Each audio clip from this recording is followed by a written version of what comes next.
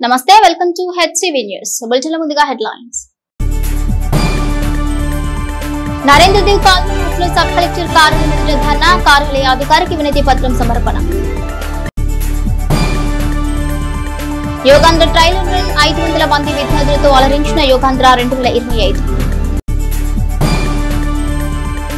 సంవత్సర కాలంలో వైసీపీ పాలనలో నియోజకవర్గంలో పంపిణీ చేసిన సంక్షేమం సంవత్సర కాలంలో నియోజకవర్గంలో మీరేం చేశారో చెప్పండి మాజీ ఎమ్మెల్యే అన్నాబత్తిని శివకుమార్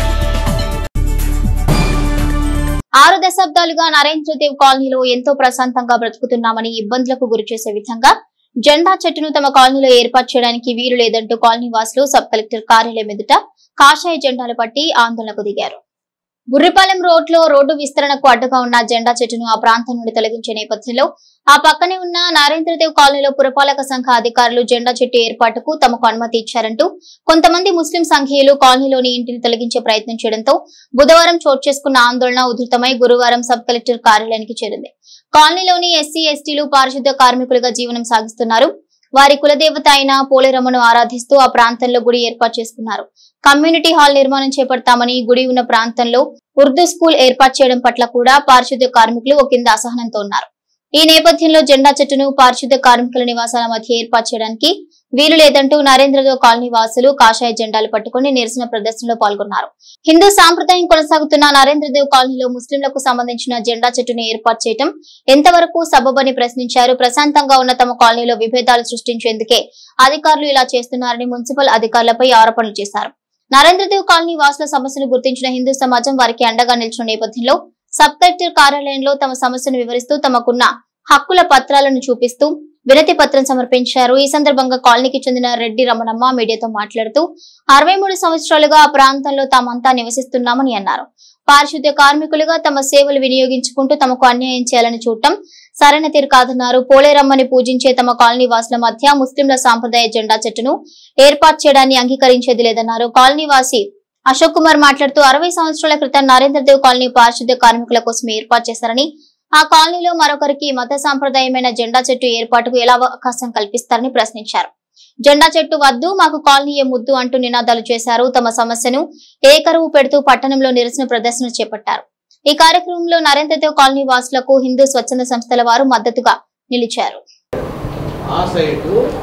మాకు సర్వేల ద్వారా కొలతలు వేయించేస్తారు.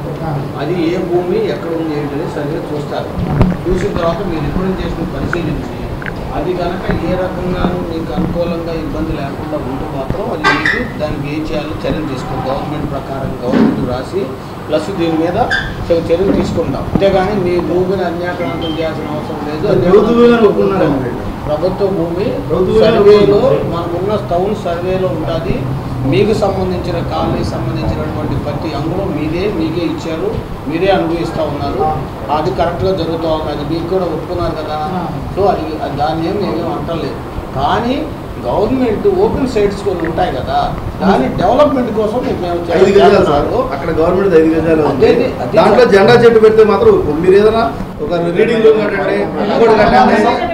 మత ఘర్షణలకి ప్రభుత్వ అధికారులు కనుక ఆలంబన ఇస్తే మాత్రం అక్కడ మత ఘర్షణలకి అధికారులే పాత్ర వహించాలి. అందుకనే మేము ఏమంటున్నామంటే దాన్ని చూసి ఎంత సైట్ ఉంది ఏంటనే సర్వేలో చూసి గవర్నమెంట్ హ్యాండ్ ఓవర్లో ఉందా లేకపోతే ఏ హ్యాండ్ ఓవర్లో ఉందో వెరిఫై చేయాలి. గవర్నమెంట్ కింద దానికి ఏ డెవలప్మెంట్ చేస్తే బాగుంటుంది అనేది పరిశీలన చేసి చర్యలు తీసుకుంటాం. మేము చేసిన కష్టానికి ఫలితం ఇవ్వకపోగా మేము 63 సంవత్సరాల నుండి 4వ తరంకి వచ్చినప్పుడు కూడా మా పిల్ల జల్ల వాళ్ళు కూడా చూడనప్పుడు ఏంటి మా పరిస్థితి? మేము మాకైతే మనుషుల్లాగా చూస్తలేదు. ఎస్సీ ఎస్టీ అంటే అంత లోకువా? మా జోలికి ఎందుకు వచ్చేది? మేమేం చేసాం? ఎవరైనా దగ్గరికి వెళ్తామా? ఎవరికన్నా మేము కదిలిస్తామా?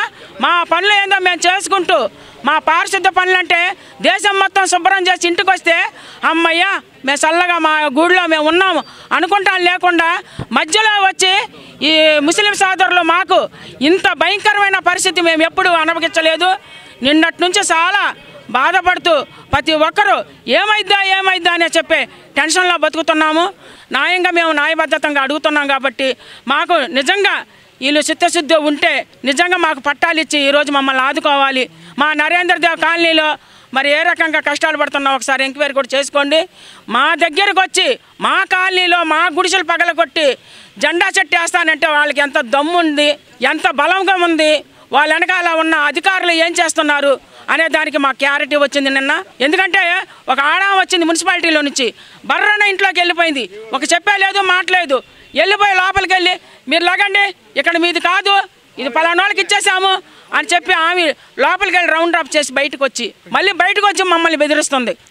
ఎవరు అంటే చిటికలు కొడుతూ వెళ్ళిపోవాలి, మీరు ఇక్కడ ఉండటానికి వీల్లేదని చెప్పిన పరిస్థితి. ఎందుకు ఇంత భయప్రాంతాలు చేస్తున్నారు ఈ మున్సిపాలిటీ? ఎందుకు ఇలా చేస్తున్నారు? కమిషనర్ గారు ఒక్క మనిషికి పట్టా ఇస్తాడా? తతిమా వాళ్ళందరూ పోయారా? వాళ్ళ మనుషులా కనబడలేదా? ఒక జెండా చెట్టు కనబడిందా?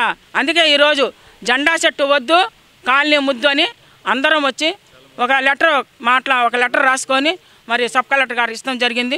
అధికారులు చేసిన శిలాఫలకాలకి పెయింట్ వేసుకుంటున్నాము నిన్న మేము. ఆ పెయింట్ వేయడానికి అడ్డుకున్నారు కొంతమంది అధికారులు వచ్చి. అలా పెయింట్ వేయడానికి అడ్డుకున్న అధికారులు ఆ కాలనీలో జెండా చెట్టు పెట్టడానికి పర్మిషన్ ఎలా ఇచ్చారో మా కాలనీ వాసులకి ఇప్పటి వరకు అంతుపట్టని సందేశం.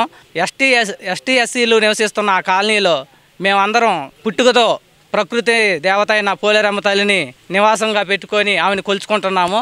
అలాంటి కాలనీలో ఒక ముస్లింకి సంబంధించిన జెండా చెట్టు పెట్టి ఆ కాలనీకి మత కల్లోహాలు సృష్టిస్తానికి కొంతమంది వ్యక్తులు ప్రయత్నం చేస్తున్నారు. కాబట్టి ఈ సభామూర్ఖంగా మేము సబ్ కలెక్టర్ గారికి విన్నవించుకోవడానికి వచ్చాము. ప్రశాంతంగా ఉన్న కాలనీని జెండా చెట్టు పెట్టి ద్వేషాలు మత విద్వేషాలు కలగజేయడానికి చూస్తున్న వాళ్ళపైన తగిన చర్యలు తీసుకోవాల్సిందిగా మా కాలనీ తరపున సభాముఖంగా తెలియజేసుకుంటున్నాము. పరిపూర్ణ ఆరోగ్యం, మానసిక వికాసం యోగా సాధనతోనే సాధ్యమనే విధానాన్ని ప్రజల్లోకి తీసుకువెళ్లటమే యోగాంధ్ర కార్యక్రమం ముఖ్య ఉద్దేశమని municipal chairperson Tadiboyina Radhika Yogandhra 2025 trial run కార్యక్రమంలో పాల్గొన్న సందర్భంగా అన్నారు. 11వ అంతర్జాతీయ యోగా దినోత్సవం రాష్ట్ర ప్రభుత్వం ప్రతిష్టాత్మకంగా ఈ నెల 21న విశాఖ సముద్ర తీరంలో నిర్వహించనున్నారు. ముఖ్య అతిథిగా దేశ ప్రధాని నరేంద్ర మోడీ హాజరు కానున్న నేపథ్యంలో రాష్ట్ర వ్యాప్తంగా యోగాంధ్ర కార్యక్రమాలకు రాష్ట్ర ప్రభుత్వం తగు ప్రాధాన్యం కల్పించింది. ఈ నేపథ్యంలో మున్సిపల్ కార్యాలయం ఎదుట యోగాంధ్ర 2025 ట్రయల్ రన్ కార్యక్రమాన్ని ఎంతో ఘనంగా నిర్వహించారు.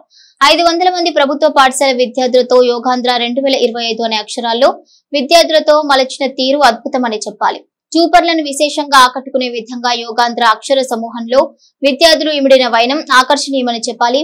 ఈ కార్యక్రమంలో municipal incharge commissioner V Lakshmipathi మాట్లాడుతూ యోగాంధ్ర 2025 ట్రైలర్ రన్ కార్యక్రమం నిర్వహించామని, మంత్రివర్యుల ఆదేశాల మేరకు ఈ నెల 21న అంతర్జాతీయ యోగా దినోత్సవం ఉన్నత ప్రమాణాలతో ఏర్పాటు చేయనున్నట్లుగా తెలిపారు. చైర్పర్సన్ తాడిబోయిన రాధిక మాట్లాడుతూ ఆరోగ్య భాగ్యాన్ని పెంచే యోగా పట్ల అందరూ అవగాహన పెంచుకోవాలన్నారు.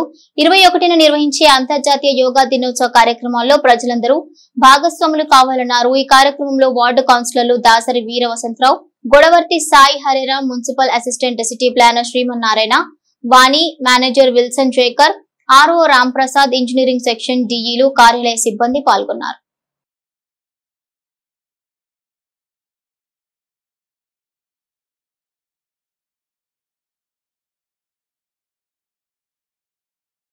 మన తెనాలి మున్సిపల్ ఆఫీస్ ఎదురు యోగాంధ్ర ఈ స్కూల్ పిల్లలతో ఇక్కడ సర్కిల్ లాగా ఏర్పాటు చేయడం జరిగింది. రేపు 21వ తారీఖున ఇక్కడ యోగాంధ్ర ఏర్పాటు చేస్తున్నాము. అందులో ప్రజలందరూ కూడా పాల్గొనాలని కోరుకుంటున్నాను. అలానే ఈ యోగా చేయడాన మనకి ఆరోగ్యం మెరుగుపడింది కాబట్టి ప్రజలందరూ కూడా అందరూ ఈ కార్యక్రమానికి రావాలని మనస్ఫూర్తి కోరుకుంటూ సెలవు తీసుకుంటాం. మా పౌర సరఫరా శాఖ మంత్రి మాచిల్ వారు ఏర్పాటు చేయవలసిన ఆదేశానుసారము ఈరోజు మెగా ఈవెంట్ స్టార్ట్ చేసాము, ప్రారంభించాము. అందులో ఈరోజు స్కూల్స్ పిల్లలు మరియు టీచర్స్ మరియు మున్సిపల్ సిబ్బంది, ఇతర గురువులు, యోగా గురువులు, తర్వాత పాత్రికేయులు అందరూ పార్టిసిపేట్ చేసి ఈ కార్యక్రమాన్ని చాలా దిగ్విజయంగా చేశారు. ముఖ్యంగా వారందరూ కూడా ప్రత్యేకంగా అభినందనలు తెలియజేస్తూ ఉన్నాను. అలాగే రేపు 21వ తారీఖున ఈ మన పురవేదిక వద్దే మెగా క్యాంపెయిన్ ఏర్పాటు చేయమని చెప్పి మన మంత్రివర్యులు ఆదేశించి ఉన్నారు. అందుపై ఇక్కడ కార్యక్రమం చేపట్టడం జరుగుతూ ఉంది.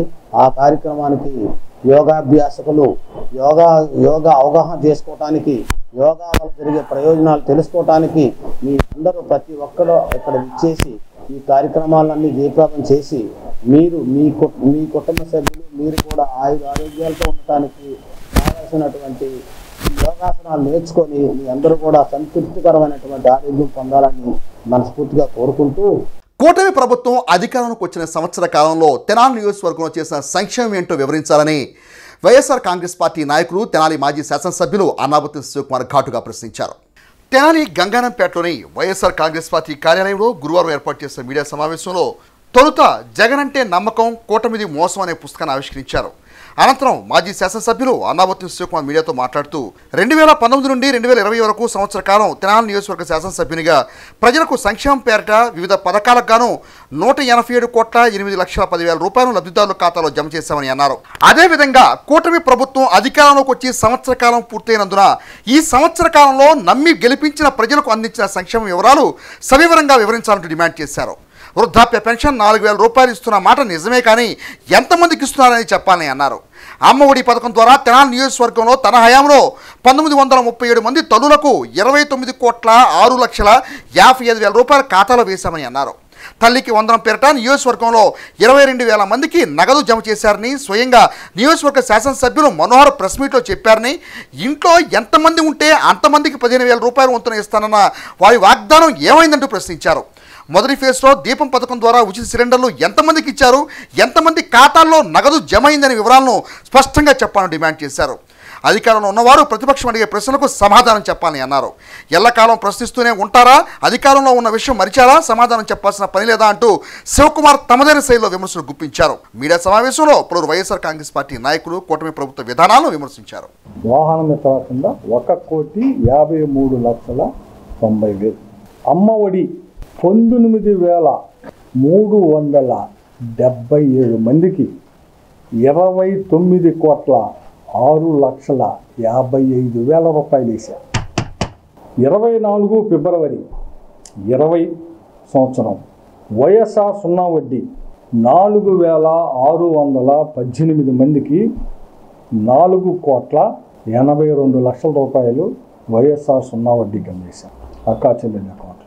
ఇప్పుడు పెన్షను మేము 82,80,00,000 వేసాం, వీళ్ళు 4,000 రూపాయలు వేస్తున్నాం. మరి నిజం, నేనేం కాదంటలేదు. మీ ప్రభుత్వం వచ్చిన దగ్గర నుంచి 4,000 రూపాయలు వేస్తున్నది నిజం. ఎంతమంది కౌలు రైతులకి 20 కోట్లు వేసాం, మీరు వేసారా? శాసనసభ్యుడిగా ఈ తెనాలి నియోజకవర్గ ప్రజలకి 187,08,10,000 రూపాయల సంక్షేమాన్ని వేశాను. అది ఏ రూపంగా వేశానంటే ఈ రూపంగా వేశాను అని చెప్పి నేను చెబుతా ఉంటా. ఇప్పుడు శాసనసభ్యుడిగా మంత్రిగా ఉండారు. ఈ తెనాలి నియోజకవర్గంలో మిమ్మల్ని గెలిపించిన ప్రజలకి మీరు కాపు నేస్తం కింద ఎంత వేశారు, లేదు అమ్మఒడి కింద ఎంత వేశారు, లేదు సున్నా వడ్డీ ఏమన్నా ఇచ్చారా, పిల్లలకి వసతి దీవెని ఏమన్నా ఇచ్చారా, విద్యా దీవెని ఏమన్నా ఇచ్చారా? సంవత్సర కాలం పూర్తయింది కదా. ఈ సంవత్సర కాలంలో మీరు చెప్పిన హామీలు, అది సూపర్ 6 సూపర్ 7 సుమారు 146 హామీలు అన్నీ ఉన్నాయి. ఈ హామీలు అమలు చేస్తే ఈ తెనాలి నియోజకవర్గంలో ఎంతమందికి లబ్ధిదారులకి మీ సంక్షేమం ద్వారా చేశారో చెప్పాలని చెప్పి ఈ సందర్భంగా అడుగుతున్నాను. మనదేంటి స్వామి, మన ఊరకనే రాష్ట్ర మంత్రికి, నేను రాష్ట్ర మంత్రిని, అసలు జనసేనని చంద్రబాబుని గెలిపింది నేనే, అసలు కూటమి ఏర్పాటు చేసింది నేనే. చింతలపూడి దగ్గర నుంచి యువతర కాలేజీకి మాత్రం అతుకు లేపించావు రోడ్డు ఇలా. ఇప్పుడు ఆ కొంత దూరంలో ఎన్ని యాక్సిడెంట్లు జరిగినాయి నేను గర్వంగా చెప్పుకున్నాను. మా నాయకుడు జగన్మోహన్ రెడ్డి గారి నాయకత్వంలో నేను శాసనసభ్యుడిగా మొదటి సంవత్సరం 187,08,10,000 రూపాయలు ఈ తెనాలి నియోజకవర్గంలో నా అక్కా చెల్లెల అకౌంట్లో వివిధ స్కీముల ద్వారా నేను సంక్షేమం ఇచ్చానని గర్వంగా చెప్పాను. బుక్ రిలీజ్ యొక్క ఉద్దేశం ఏంటంటే జగన్ అంటే నమ్మకం, కూటమి అంటే మోసం. చంద్రబాబు మోసం, కూటమిలో చేరిన పార్టీలు అన్నీ కలిపి ముగ్గురు కలిపి జనసేన బీజేపీ ముగ్గురు కలిపి ప్రజల్ని మోసం చేసి నేను అడుగుతున్నా, తెనాలి విజయవాడ రోడ్డు ఎవరు ఖాతాలు వేయాలి? సరే ఎవరో ఒకరు, అది ఎవరో ఒకళ్ళ ఖాతా, ప్రజలు శుభ్రంగా బండి మీద వెళ్తున్నారు, అది సంతోషం. ఎవరు వేయించినట్టు? తెనాలి నియోజకవర్గ పొరిమేళ్ల దగ్గర చింతలపూడి దగ్గర నుంచి 13 దాకా రోడ్డు వేస్తే తెనాలి నియోజకవర్గ పొలిమేరైన చింతలపూడి యువతల దగ్గర నుంచి విఎస్ఆర్ కాలేజీ దాకా కేవలం గుంటను పూడ్చారు. నువ్వు మంత్రిగా ఉండవు, మరి ఎందుకు వేయలేదండి? ఇది కూడా వేయవచ్చు కదా.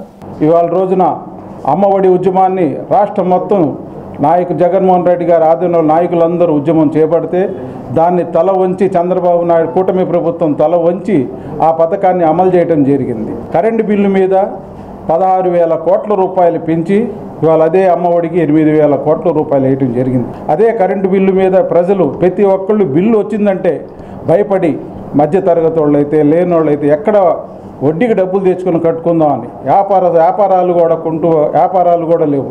ఈ ప్రభుత్వం వచ్చిన తర్వాత, కూటమి ప్రభుత్వం వచ్చిన తర్వాత అసలు వ్యాపారం అనేది వ్యాపారస్తులు ప్రతి ఒక్కళ్ళు చాలా నిరుత్సాహంతో ఉన్నారు వ్యాపారాలు లేక. ఆ టైంలో ఈ కరెంట్ బిల్లులు వాళ్ళకి పెద్ద బరువు అయిపోయినాయి. అలాంటి సమస్యని జగన్మోహన్ రెడ్డి గారు రాష్ట్రం మొత్తం మళ్ళీ ఉద్యమంగా దాన్ని మేము పార్టీ తరఫున చేస్తున్నాం. ఆ కరెంటు బిల్లులు కూడా తప్పనిసరిగా తగ్గించాలి. తగ్గించినప్పుడు వైఎస్ఆర్సీపీ పార్టీ రాష్ట్రం మొత్తం జగన్మోహన్ రెడ్డి గారి ఆధ్వర్యంలో ఇంకా ఉధృతంగా చేసి కరెంటు బిల్లులు తగ్గించాలి. ప్రజలు ఏమి కోరుకుంటున్నారో, ఏమి ఆశించి ఈ ప్రభుత్వాన్ని ఎన్నుకున్నారో ఆ సంక్షేమ పథకాలని అందకపోవటం వలన వాటన్నిటిని నెరవేర్చాలని ప్రభుత్వాన్ని గట్టిగా ప్రజల తరపున వైఎస్ఆర్ కాంగ్రెస్ పార్టీ నిలదీస్తూ ఉంది.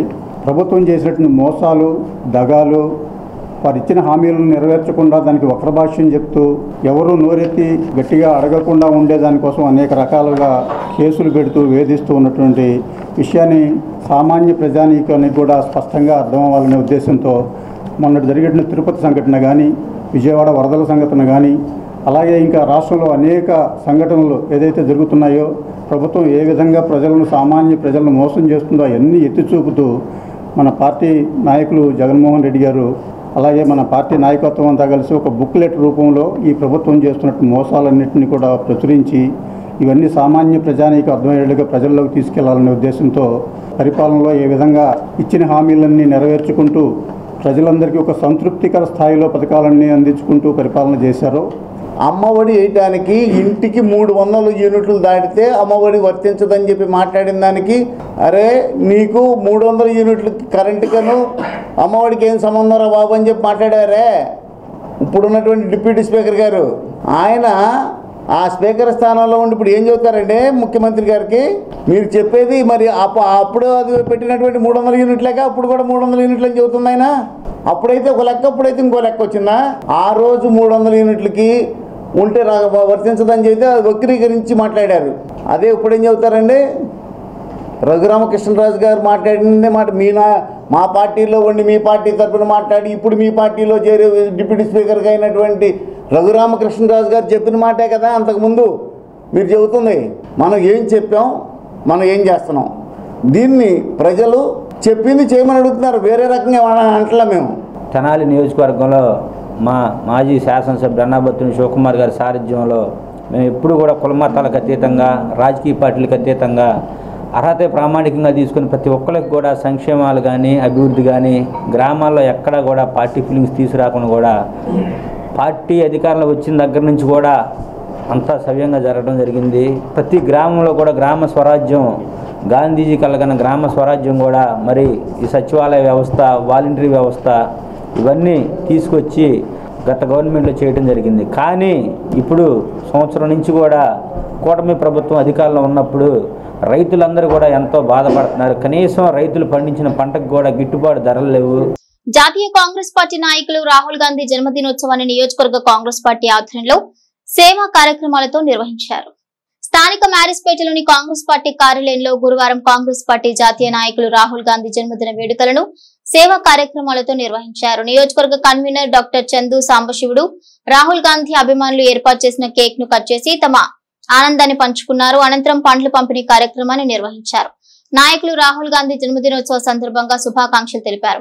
ఈ కార్యక్రమంలో పట్టణ కాంగ్రెస్ పార్టీ అధ్యక్షులు Ponnuru Nagasurya Sasidhar, OBC state vice president పట్టణ ఉపాధ్యక్షులు గుర్రపు ద్వారకా శ్రీనివాస్, మండల పార్టీ అధ్యక్షులు కర్లపూడి బుల్లయ్య, పెనుగొండ శివకుమార్, భీమా రమేష్, కోటేశ్వరరావు, శివ సత్యనారాయణ, కార్తిక్, వీరస్వామి, మల్లికార్జునరావు, శ్రీను తదితరులు పాల్గొన్నారు. కన్యాకుమారి నుంచి కాశ్మీర్ దాకా పాదయాత్ర చేసినటువంటి ఒకే ఒక్కడు. రెండోది తూర్పు నుంచి పశ్చిమ దాకా కూడా బస్సు యాత్ర చేసి భారతదేశాన్ని మొత్తాన్ని కవర్ చేసి అసలు సిసలైన భారతదేశపు నాయకుడిగా పేరు తీసుకున్నాడు. ఇప్పుడు కాశ్మీర్లో గొడవలు జరుగుతూ ఉంది. ఆడికి వెళ్ళాలంటే అందరూ భయపడతారు. పహల్గామ్ అని మొన్న అక్కడ పార్కులో జరిగినటువంటి గొడవలంతా అది అందరూ చేసింది. దాన్ని సందర్శించినటువంటి జాతీయ నాయకుడు, మొట్టమొదటి సందర్శించిన జాతీయ నాయకుడు రాహుల్ గాంధీ గారే. మోడీ గారు వెళ్ళా, అమిత్ షా గారు కూడా తర్వాత ఎప్పుడూ వెళ్ళాడు, గుర్తుపెట్టుకోండి. కొట్టుకుంటా చంపుకుంటా గందరగోళం చేస్తూ ఉన్నప్పుడు ఆ మణిపూర్ని సందర్శించినటువంటి వ్యక్తి శ్రీ రాహుల్ గాంధీ గారు. మోడీ ఎంత చెప్పినా ఎన్నిసార్లు ఎంతమంది అడిగినా కానీ మోడీ గారు ఇంతవరకే అక్కడికి వెళ్ళాల. మణిపూర్లో ప్రపంచం మొత్తం తిరిగి వస్తాననేది అది భయం లేని వ్యక్తికి నిదర్శనం. నేను పబ్లిక్గా చెబుతున్నాను, దీనికి ఏం డోకా లేదు. జరిగేనట్టగా ఉండే 2 కుటుంబాల మధ్య జరుగుతుంది ఆంధ్రప్రదేశ్ రాజకీయం. అలాగే మిగతా రాష్ట్రాల్లో కూడా అట్లా నడుస్తున్నాయి. కానీ కాంగ్రెస్ పార్టీ అలా కాదు.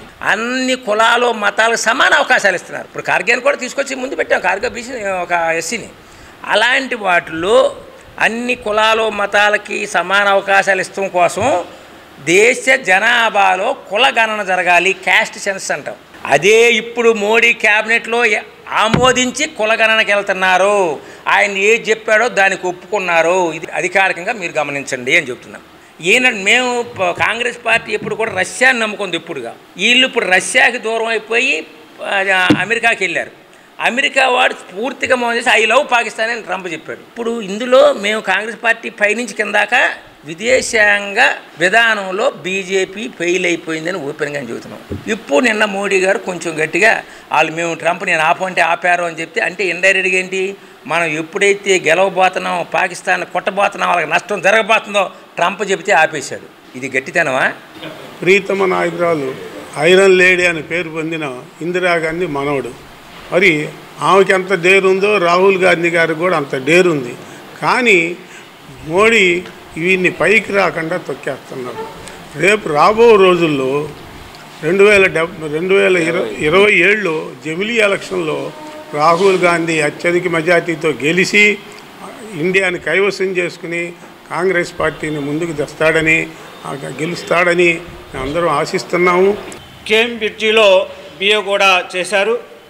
రాహుల్ గాంధీ గారు 2004 సంవత్సరంలో మొట్టమొదటిసారిగా ఎంపీగా ఎన్నికయ్యి భారీ మెజారిటీ అంటే 3,90,000 పైచిలికి మెజారిటీతో రాహుల్ గాంధీ గారు ఘన విజయం సాధించారు. ప్రతి ఒక్కరికి కూడా ఒక టైం వస్తుందని అంటూ ఉంటారు. ప్రస్తుతానికి మాకంటూ కొద్దిగా మైలేజ్ లేకపోయినా త్వరలోనే మాకు మంచి సీట్లు వస్తాయి అని కోరుకుంటున్నాను. అమెరికాలోనే చదివాడు, పేరు మార్చి చదువుకున్నారు. కానీ దేనికంటే భద్రతా సిబ్బంది వల్ల, అంతే తప్ప ఏమీ లేదు. అక్కడ చదివింది కేంబ్రిడ్జ్ యూనివర్సిటీలో చదువుకున్నారు. పదవి కోసం ఎప్పుడు కాదు, ప్రజల కోసం, ప్రజల అవసరాలను తీరుస్తున్నారే తప్ప పదవి అట్లా ఆశించట్లేదు. రేపు వచ్చే ఎలక్షన్కి కంపల్సరీ కాంగ్రెస్ పార్టీ ప్రధానమంత్రి స్థానంలో ఆయన కూర్చుంటారని మీ అందరికీ మనం చేసుకుంటాం. పట్టణ శివారు పరమిడొంకలు నివాసం ఉంటున్న 2 వృద్ధ మహిళలను హతమార్చి వారి ఒంటిపై ఉన్న బంగారాన్ని తెలివిగా తస్కరించారు దుండగులు. సేకరించిన సమాచారం మేరకు వివరాలు ఇలా ఉన్నాయి. దాసరి రాజేశ్వరి, పెద్దాంజమ్మ 2 వియ్యపురాళ్లు. వృద్ధులైన వీరిద్దరూ ఒకే ఇంట్లో జీవిస్తున్నారు. మధ్యాహ్న సమయంలో 2 ఇంట్లో ఉండగా బయట నుంచి ఎవరో తలుపు కొట్టడంతో తలుపు తీశారు. ఆటోలో వచ్చిన ఒక మహిళ, 2 వ్యక్తులు లోపలికి వెళ్లి 10 నిమిషాల తర్వాత ఆ ముగ్గురు బయటకు వారు తెచ్చుకున్న ఆటోలో వెళ్లిపోయారు.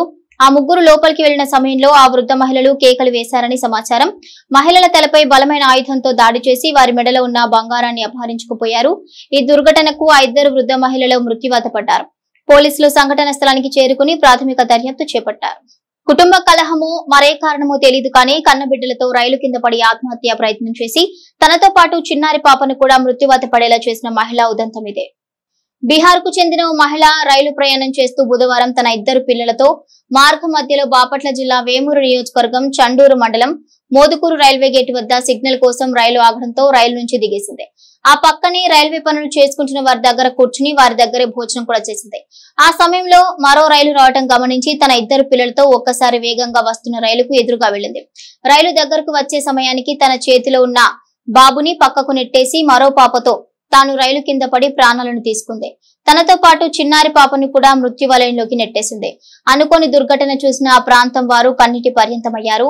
పక్కన నెట్టేసిన 6 ఏళ్ల బాబు క్షేమంగా ఉన్నట్లు రైల్వే పోలీసులు తెలిపారు.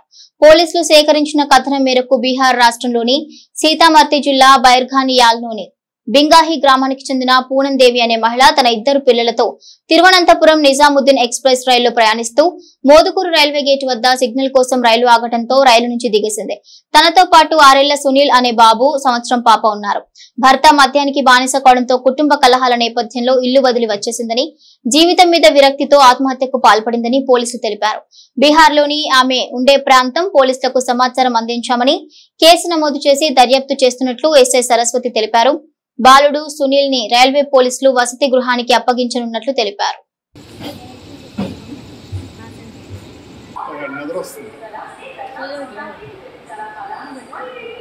తెనాలి పట్టణ శివారు పరిమిడొంకలో ఒకే ఇంట్లో 2 వృద్ధ మహిళలు మృతి చెందిన నేపథ్యంలో ఘటనా స్థలానికి జిల్లా ఎస్పీ సతీష్ కుమార్ చేరుకుని వాస్తవ పరిస్థితులపై ఆరా తీశారు. పరిమిడొంకలో ఒకే ఇంట్లో నివసిస్తున్న 2 వృద్ధ మహిళలు హత్యకు గురైన నేపథ్యంలో గురువారం జిల్లా ఎస్పీ సతీష్ కుమార్ ఘటనా స్థలానికి చేరుకుని హత్యకు గల కారణాలపై ఆరా తీశారు. ఈ సందర్భంగా జిల్లా ఎస్పీ సతీష్ కుమార్ మీడియాతో మాట్లాడుతూ వృద్ధ మహిళల హత్యోదంతంలో దర్యాప్తు వేగవంతం చేస్తామని, 3 వ్యక్తులు ఉన్నట్లు సమాచారం ఉందని, వారిని త్వరలోనే అదుపులో తీసుకుంటామని అన్నారు. జిల్లా ఎస్పీ వెంట డీఎస్పీ జనార్దన్ రావు, సిఐలు, సిబ్బంది ఉన్నారు. ఈ చిన్నపల్లి ఏరియాలో డబుల్ మర్డర్ ఒకటి జరిగింది.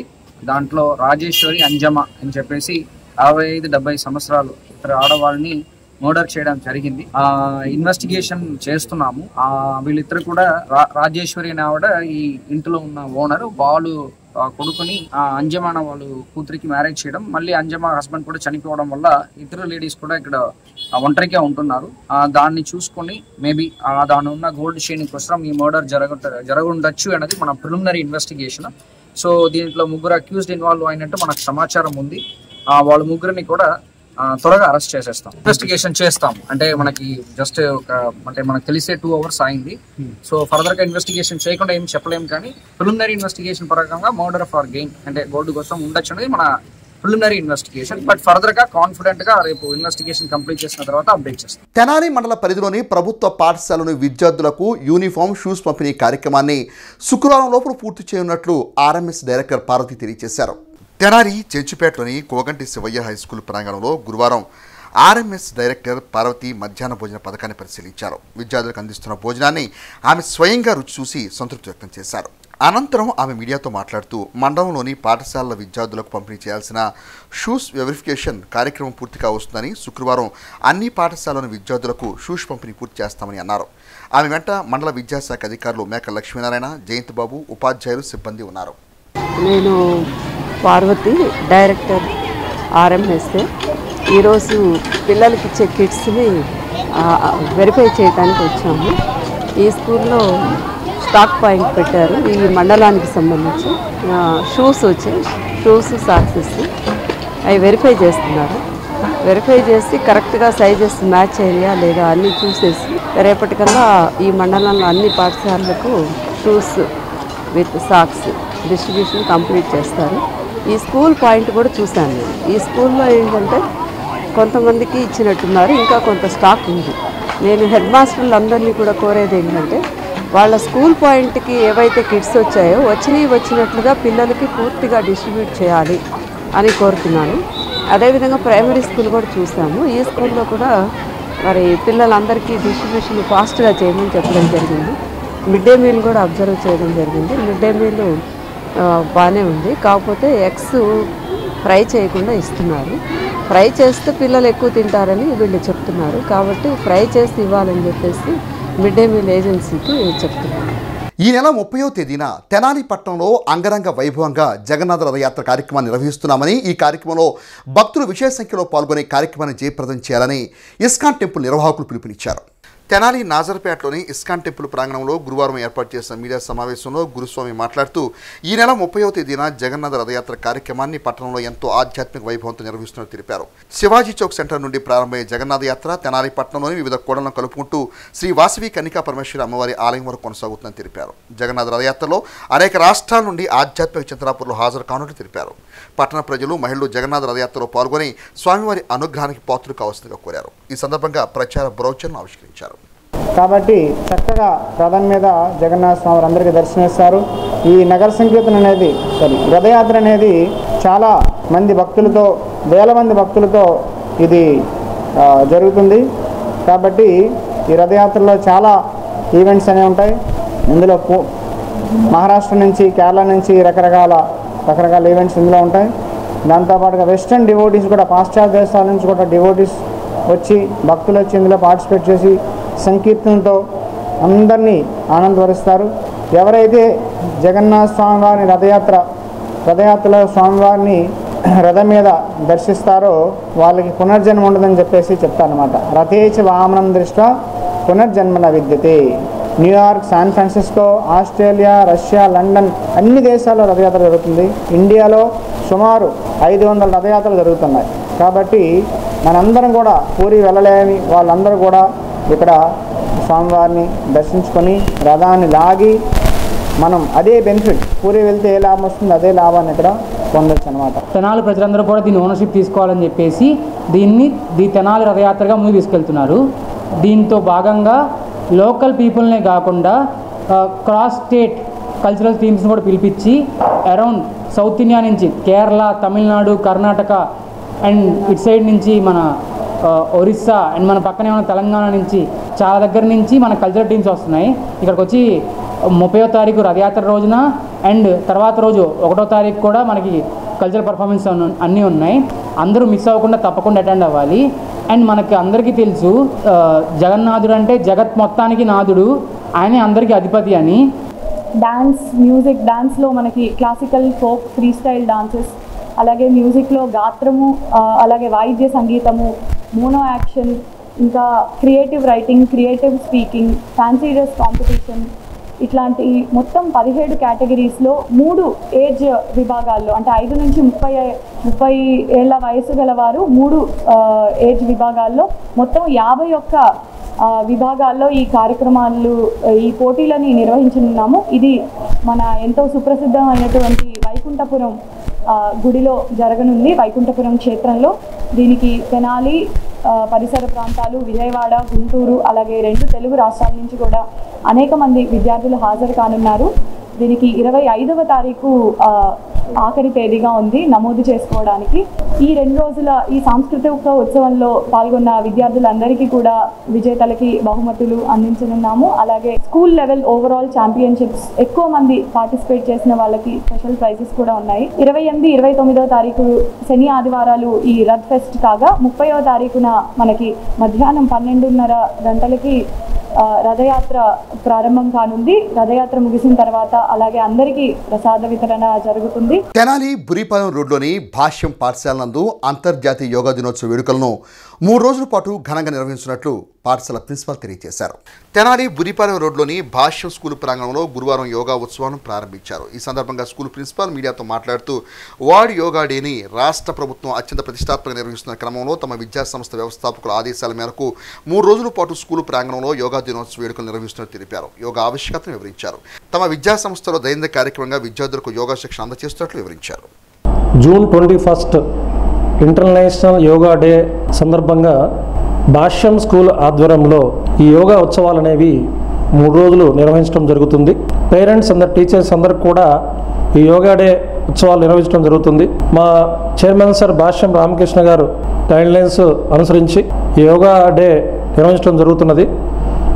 యోగా వల్ల మనందరికీ తెలుసు, యోగా అనేది it is our Indian culture, మన భారతీయ సాంప్రదాయం ఇది. దీనివల్ల మనకి ఎన్నో ఉపయోగాలు ఉన్నాయి. ప్రతి ఒక్కరు కూడా చిన్నపిల్లల దగ్గర నుంచి పెద్దవాళ్ళ వరకు కూడా మెడిసిన్స్ తీసుకోకుండా, ఎన్నో రోగాలకు కూడా మెడిసిన్స్ లేకుండా యోగాతో నయం చేయడం జరుగుతుంది. సో అప్డేట్ చేస్తూ మమ్మల్ని వెన్నంటి సపోర్ట్ చేసినటువంటి మా జోనల్ ఎగ్జిక్యూటివ్ ఆఫీసర్ హృదయరాజర్ కూడా ప్రత్యేకంగా ధన్యవాదాలు తెలియజేస్తూ, భాష్యం విద్యలోనే కాదు అన్ని రంగాల్లో కూడా, అన్ని యాక్టివిటీస్ కూడా ముందుంటుందని చెప్పేసి ఈ సందర్భంగా తెలియజేయడం జరుగుతుంది. తెనాలి మండలం కటివరం గ్రామానికి చెందిన పవర్ లిఫ్టర్ నాగం జ్ఞానదివ్య అంతర్జాతీయ స్థాయిలో మెడల్స్ కైవసం చేసుకున్న నేపథ్యంలో గ్రామ పంచాయతీ ఆధ్వర్యంలో ఘనంగా ఆమెను సత్కరించారు. తెనాలి మండలం కటివరం గ్రామ పంచాయతీ కార్యాలయంలో గురువారం గ్రామ 7వ వార్డు సభ్యులు నాగం వెంకటేశ్వరరావు కుమార్తె నాగం జ్ఞానదివ్య జాతీయ స్థాయి పవర్ లిఫ్టింగ్ పోటీల్లో ఏషియన్ యూనివర్సిటీ కప్ 84 కేజీల కేటగిరీలో గోల్డ్ మెడల్ సాధించిన పట్ల హర్షం వెలిబుచ్చుతూ జ్ఞానదివ్యను గ్రామ పంచాయతీ తరపున ఘనంగా సత్కరించారు. ఈ పోటీలు గత నెలలో డెహ్రాడూన్ మహారాష్ట్రలోని కొల్హాపూర్ ప్రాంతాలు నిర్వహించగా నాగం జ్ఞానదివ్య తమదైన ప్రతిభను కనపరిచి మెరుగైన అవార్డులు అందుకోవడం పట్ల గ్రామ పంచాయతీ సర్పంచ్ బండికళ్ళ ప్రసాద్ ప్రత్యేకంగా అభినందించారు. ఈ కార్యక్రమంలో గ్రామ secretary Gous Mohiddin, junior assistant Kalpana, Manchala Srinu, Manchala Suresh, Tanniru Srinu తదితరులు పాల్గొన్నారు. అమ్మాయిని చూసి ఇన్స్పైర్ అయ్యి ప్రతి బాలబాలికలు ప్రతి దాంట్లో ఎవరికి తోచిన విధంగా వాళ్ళకి ఏదో ఒకటి ఉంటుంది మనసులో, ఏదో ఒకటి సాధించాలని, ఏదో ఒకటి అభివృద్ధిలో నడవాలని ఉంటుంది. అలాగే వాళ్ళు కూడా అమ్మాయిని చూసి చక్కగా మంచి ఎవరికి తోచిన దాంట్లో వాళ్ళు సాధిస్తారని కోరుకుంటున్నాను. ఈ విధంగా ఇంత ఘన సన్మానం నిర్వహించడం సర్పంచ్ గారి చాలా సంతోషం. సర్పంచ్ గారికి ఫస్ట్ స్టేట్ కాంపిటీషన్ చేసి గోల్డ్ మెడల్, అలానే నేషనల్లో గోల్డ్ మెడల్, ఇంకా ఇంటర్నేషనల్ స్థాయికి వెళ్ళి అలా మెడల్స్ సాధించాను. తర్వాత నాకు కేఎల్యూలో ఇలా స్పోర్ట్స్ కోటాలో సీట్స్ ఉన్నాయని తెలిసి అలా నేను అప్లై చేస్తే నాకు ఇంటర్నేషనల్ సర్టిఫికేట్తో నాకు ఫ్రీ సీట్ అనేది వచ్చింది. బీసీఏ కోర్స్ తీసుకొని నేను 2 సంవత్సరాలు ఫైనాన్షియల్గా మా నాన్న చాలా ఇబ్బంది పడి నన్ను అక్కడ తీసుకెళ్ళారు. ప్రాక్టీస్కి కూడా రోజు ఇక్కడ ఊళ్ళో జరిగినప్పుడు నేను వెళ్ళి వచ్చేదాన్ని, కానీ తెనాలి తీసుకెళ్ళాల్సి వచ్చినప్పుడు మా నాన్న రోజు దింపి తీసుకొచ్చేవారు. మా నాన్న లేని పక్షంలో కూడా మా అన్నయ్య వాళ్ళు కానీ మా దగ్గర కానీ ఎప్పుడూ రాకుండా లేదు.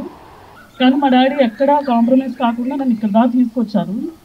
అలా మనం స్టార్ట్ చేసినప్పుడు అందరూ కిందకు లాగాలనే చూస్తారు, కానీ మనం ఎప్పుడూ అలా వాళ్ళని చూసి భయపడకుండా ముందుకెళ్తే ఖచ్చితంగా మనకు అన్ని మెడల్స్ వస్తాయి. ఎడ్యుకేషన్లో కూడా మనం ఒక స్థాయిలోకి వెళ్తాం, అన్నీ సాధించగలుగుతాం. మీకే చెప్తున్నాను స్టూడెంట్స్. అలానే మా నాన్నగారు చెప్పినట్టు చాలా సన్మానాలు చేశారు. న్యూజిలాండ్లో కూడా ఒక్క రోజులో వాళ్ళు నన్ను చూసి తెలుగు ఇక్కడ ఆంధ్ర నుంచి వచ్చింది తెలుగు అమ్మాయి అని చెప్పి సన్మానం చేయడం నాకు చాలా సంతోషంగా ఉంది. నాగం జ్ఞానదివ్య ఏషియన్లో ఎన్నో నేషనల్ అండ్ ఇంటర్నేషనల్ మెడల్ సాధించింది. వాళ్ళ తండ్రి నాగం వెంకటేశ్వరరావు గారు మా బోర్డు మెంబర్ అవటం వల్ల ఈ గ్రామానికి వన్నె తెచ్చినటువంటి వనితగా గుర్తించాలనే ఉద్దేశంతో గ్రామ పంచాయతీ ఆధ్వర్యంలో ఓ చిన్న సిరి సత్కారం చేయడానికి ముఖ్య ఉద్దేశం. ఆమె ఉన్నత శిఖరాలు అధిరోధించాలని చెప్పి మనసారా కోరుకుంటున్నాను. కలియుగంలో మోక్షానికి సాధనం దానం చేయడమేనని, ఆకలిగొన్న సమయంలో చేయు అన్నదానానికి ఎంతో ప్రాధాన్యత లభిస్తుందని సాయి ప్రసాదం సేవా సమితి అధ్యక్షులు సాయి లక్కరాజు పేర్కొన్నారు. సాయి ప్రసాదం సేవా సమితి ఆధ్వర్యంలో గురువారం గాంధీనగర్లోని పేద నిరాశ్రయుల ఆశ్రమంలో అన్నదాన కార్యక్రమం నిర్వహించారు. సంస్థ నిర్వాహకులు సాయి లక్కరాజు మాట్లాడుతూ అన్నదాన విశిష్టతను వివరించారు. చిట్టూరి నాగరాజు, అరుణ దంపతుల పెళ్లి రోజు సందర్భంగా అన్నదాన కార్యక్రమాన్ని ఏర్పాటు చేసినట్లు నిర్వాహకులు తెలిపారు. కార్యక్రమంలో విశ్రాంత ఎంజీఓ జె వెంకటరమణ తదితర సభ్యులు పాల్గొన్నారు. శ్రీ సాయి ప్రసాదం సేవా సమితి ఈ సంస్థ పేరు మీద ప్రతి నెల మొదటి గురువారం క్రమం తప్పకుండా గత 5 ఏళ్ల నుంచి వివిధ కాలనీలో అన్నదాన ప్రసాదం చేస్తున్నాము. ఈ రోజున ఈ తెనాల్లో గాంధీనగర్లో సచివాలయం పక్కన గల ఈ వృద్ధుల షెల్టర్లో ఏర్పాటు చేయడం జరిగింది. ఈ కార్యక్రమానికి కొత్తగూడెం చెందిన చిత్తూరు నాగరాజు, అరుణల పెళ్లి రోజు సందర్భంగా ఈ కార్యక్రమాన్ని వాళ్ళ సౌజన్యంతో ఏర్పాటు చేయడం జరిగింది. ఏ కాలనీ వాసులైనా ఎవరైనా మా సంస్థకు లేదా నాకు ఫోన్ చేసి మాకు బలానా రోజున అన్నదాన వ్యవస్థ కావాలని అని అడిగినప్పుడు తప్పనిసరిగా మేము ఏర్పాటు చేయగలం. సహకరిస్తున్న ప్రతి ఒక్కరికి ధన్యవాదాలు. జై హింద్, జై సాయిరామ్. రాజకీయాలకు పరిమితం కాకుండా గ్రామాభివృద్ధి ధ్యేయంగా ముందుకు సాగిన వ్యక్తులను స్మరించుకుంటూ ముందుకు సాగటం అభినందనీయమని అమృతూరు మండల ఎంపీపీ రాపర నరేంద్ర కుమార్ అన్నారు.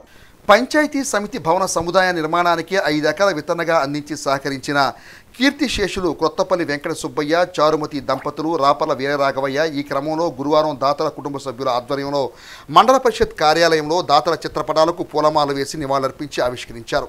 ఎంపీడీఓ బి మారుతి శేషమాంబ అధ్యక్షతన జరిగిన ఈ కార్యక్రమంలో మాజీ ఎంపీపీ మనే రత్నప్రసాద్, ఎంఈఓ కె రమేష్ బాబు, వెలువోలు మదన మోహన్ రావు, రాపర్ల వెంకట సూర్యనారాయణ, రాపర్ల బస్వయ్య, కొడాలి కోటేశ్వరాలు ముఖ్య అతిథిగా పాల్గొని మాట్లాడుతూ ప్రస్తుతం దాతల సహకారంతో అమృతూరు మండలానికి మంచి పేరు ఉందని, దాతల కుటుంబ సభ్యుల సహకారంతో మండల పరిషత్ కార్యాలయ ఆవరణలో దాతల విగ్రహాల ఏర్పాటు కృషి చేస్తున్నామని అన్నారు. ప్రతి ఒక్కరూ వీరిని స్మరించుకుంటూ వీరి స్ఫూర్తితో ముందుకు సాగి మండలాభివృద్ధి కృషి చేయాలని పిలుపునిచ్చారు. ఈ కార్యక్రమంలో కొత్తపల్లి మాధవరావు, కొడాలి అంబోజమ్మ, కొత్తపల్లి రత్తయ్య, మండవ మల్లేశ్వరి, రాపర్ల మారుతి, వీరరాఘవయ్య, వెలగపూడి జానకీ రామయ్య, రాపర్ల మల్లికార్జునరావు, శంకర మనోహర్, కొడాలి దీప్తి తదితరులు పాల్గొన్నారు. అట్లాగే వెంకట సుబ్బయ్య గారు మన ఆంజనేయ గాలిగోపురం ఇందాక చెప్పారు. మన ప్రభుత్వ హాస్పిటల్కి 62 ఎకరాలు కావాలంటే చెరువును పూర్పించి రైతుల సహకారంతో చేపించడం. మరి అట్లాగే ఈ ప్రాంతంలో మరి ఎస్టీలు కానీ, బీసీలు కానీ, ముస్లిం సోదరులకి అన్యోన్యంగా ఉండడం, మరి వాళ్ళ బంధువుల్ని అనేక మందిని తీసుకొచ్చి ఇక్కడ చదివించు. చాలా మందికి ఇళ్ల స్థలాలు ఇవ్వటం, ఎంఆర్ ఆఫీస్ కానివ్వండి, ఎండి ఆఫీస్ కానివ్వండి, MB office, current office, housing office, మరి అనేక రకాల ఆఫీసులు మొత్తం ఒకేసారి ఉండటం అనేది వాళ్ళ స్ఫూర్తితో ఈరోజు మన గ్రామానికి మంచి పేరు ప్రతిష్టలు వచ్చినాయి. ఎందుకంటే వాళ్ళు సమయకపోతే ఈరోజు ఈ బిల్డింగ్స్ అన్ని కట్టేవాళ్ళం కాదు. అందుకని మనం ప్రతి సంవత్సరం కూడా వాళ్ళ వర్ధంతి కార్యక్రమాన్ని కూడా చక్కగా మన ఇచ్చినందుకు చక్కగా జరుపుకోవాలి ఆఫీసులో. ఎందుకంటే వాళ్ళ కుటుంబ సభ్యులు కనుక అతను సహకరిస్తే వాళ్ళ విగ్రహాలు కూడా ఇక్కడ పెడతానికి కూడా మేము సిద్ధంగా ఉన్నాం. ఎందుకంటే అటువంటి వాళ్ళు మనం స్మరించుకోవాలి. ఎక్కడెక్కడ మనం దండలు వేసుకుని ఐదు చేసుకుంటూ ఉంటాం, కానీ మన ఊళ్ళో చేసిన వాళ్ళని మనం ఆదర్శంగా తీసుకోవాలి. మనం బులెటిన్ ముగించే ముందు హెడ్లైన్స్ మరోసారి. నరేంద్రదేవ్ కాలనీలో సబ్ కలెక్టర్ కార్యాలయం ఎదుట ధర్నా, కార్యాలయ అధికారికి వినతి పత్రం సమర్పణ. యోగాంధ్ర ట్రైలర్ రన్ 500 మంది విద్యార్థులతో అలరించిన యోగాంధ్ర 2025. సంవత్సర కాలంలో వైసీపీ పాలనలో నియోజకవర్గంలో పంపిణీ చేసిన సంక్షేమం, సంవత్సర కాలంలో నియోజకవర్గంలో మీరేం చేశారో చెప్పండి, మాజీ ఎమ్మెల్యే అన్నాబత్తుని శివకుమార్. ఇవి bulletin details. Keep watching HCB news.